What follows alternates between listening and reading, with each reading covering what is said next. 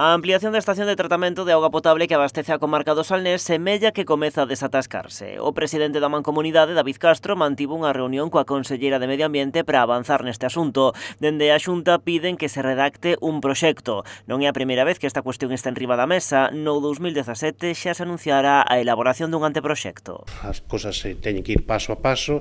Eu creo que efectivamente que hai que ver o proxecto completo do que é a capacidade de almacenamento e de depuración da auga.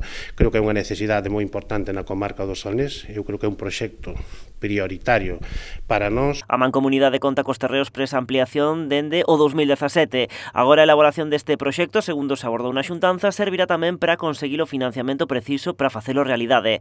A opción que plantexa a Xunta é facelo con fondos europeos. De primeira man, pois hai moi boa recepción, eles son coñecedores do problema e hai esa posibilidade de financiamento. O que si temos é que redactar pois un proxecto precisamente con esa necesidade para empezar coa financiación, coa aprobación e coa financiación, non? Esta ampliación suporía a creación dun novo depósito con capacidade para 15.000 metros cúbicos de auga. Na actualidade, aquí almacenanse 10.000, unha cantidade escasa nos meses de verán, onde a seca e o aluvión de visitantes pon a comarca nunha situación límite. Preocupa na Mancomunidade, ten que preocupar a todo o Salnés.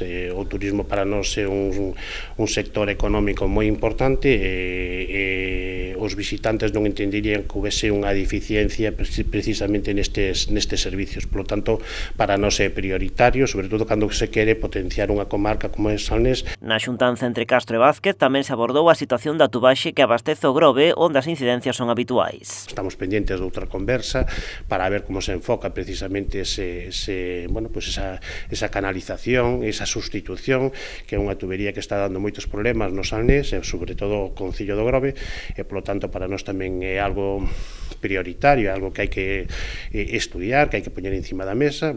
Estamos pendentes de algunha outra reunión, pero somos positivos e entendemos que se van a conseguir os obxectivos, ou polo menos estamos traballando para conseguir os obxectivos nesta primeira conversa. O encontro serviu tamén para abordar o bombeo entre Cambados e Vilanova. Castro salienta as trabas que pon costas para a renovación desa tubaxe e apunta tanto a Xunta como a Mancomunidade seguirán remando xuntos para argumentar que este é tamén un proxecto básico para a comarca.